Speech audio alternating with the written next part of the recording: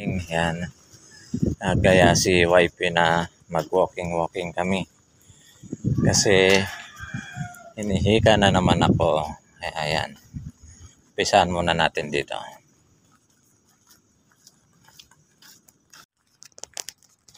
So yun guys, medyo maliwanag na. Yan, so si YP, yan. Vlogging si YP.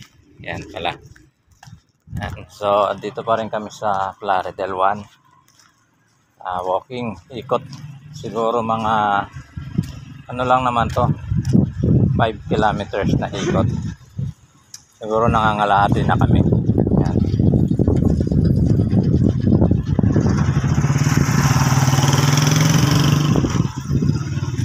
May dumaan tricycle. Start namin is bago mag 5. Yan, start kami bago mag 5. So yun, malayo-layo pa.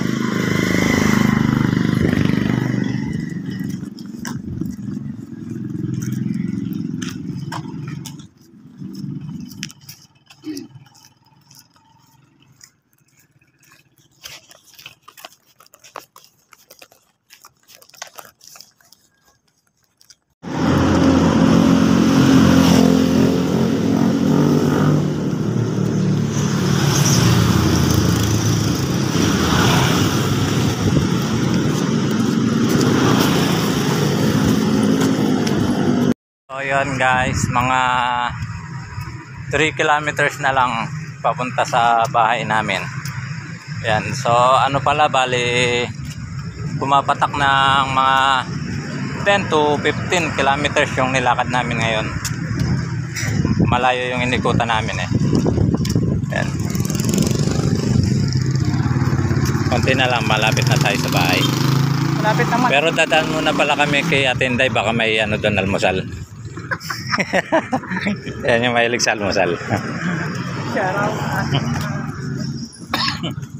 So yan guys, malapit na kami. Ito na yung school. Ayan, Ayan.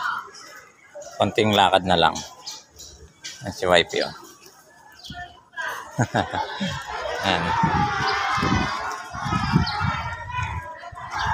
Guys, din siya makalakad. First day, malakas pa rin.